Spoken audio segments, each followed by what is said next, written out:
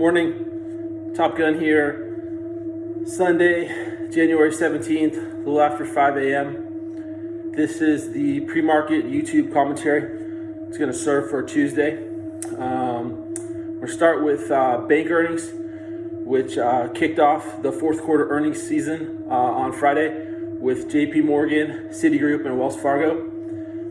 Telus Demos of the Wall Street Journal, who covers the banks and other financial institutions and is just extremely insightful in his analysis, pointed out that deposits are growing quite a bit at the banks, but they're not able to grow their loan books to send that money out to businesses in the real world. And so what they're doing is they're taking that extra deposit money and they don't want to just sit around because that's going to hurt their profitability. They're not going to be making any money on that money, and their net interest margin will therefore decline. So they're putting it into investment securities. So you see this with JP Morgan, where deposits were up 37% year over year, but their loan book was up 2%. And you see it with Citigroup, with deposits up, I believe, 19%, and loans actually down 4%. So they're shifting around their balance sheet. Now, I think investors don't like this. They want to see loan growth,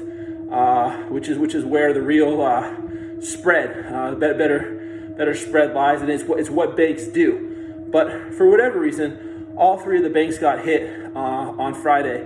JP Morgan 1.79%, Wells Fargo 6.8%, and Citigroup, I believe, 6.53%, leading to the XLF to be down 1.65% to 30.94, and therefore failing, at least for now, at the previous bull market highs, as you can see in the chart in the blog by 2K Kim. All right, moving on. The Age of Magic Money. Great title of an article by Sebastian Mallaby that I discovered yesterday when reading Jim Ricard's The New Great Depression. And in that article, Mallaby talks about the unprecedented stimulus coming from the Fed and central banks around the globe, as well as the huge deficits that the United States of America is now running. So we're flooding the economy with all this newly created money, and that's led to a bubble in the stock market, a complete sugar high, with the Russell doubling, S&P and NASDAQ up 70-80% in a 10-month period.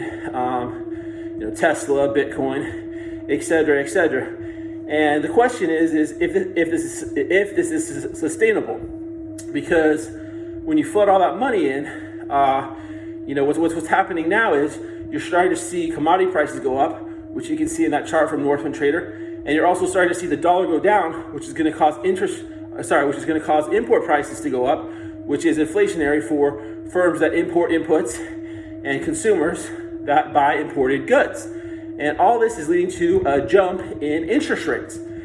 And that's a problem for our highly indebted economy, with governments, businesses, and households heavily burdened by debt.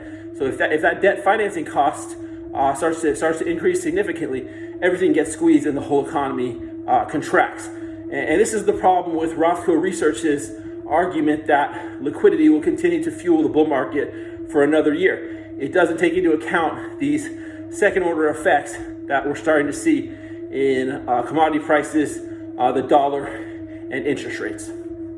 All right. Finally, I want to talk about the technicals.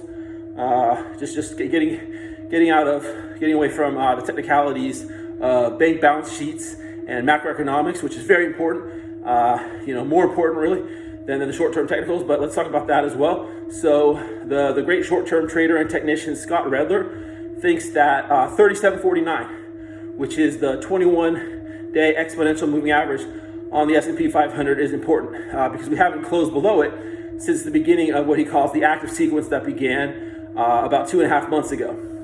So we kissed it on Friday, but we closed at 3768, about 19 points above that level.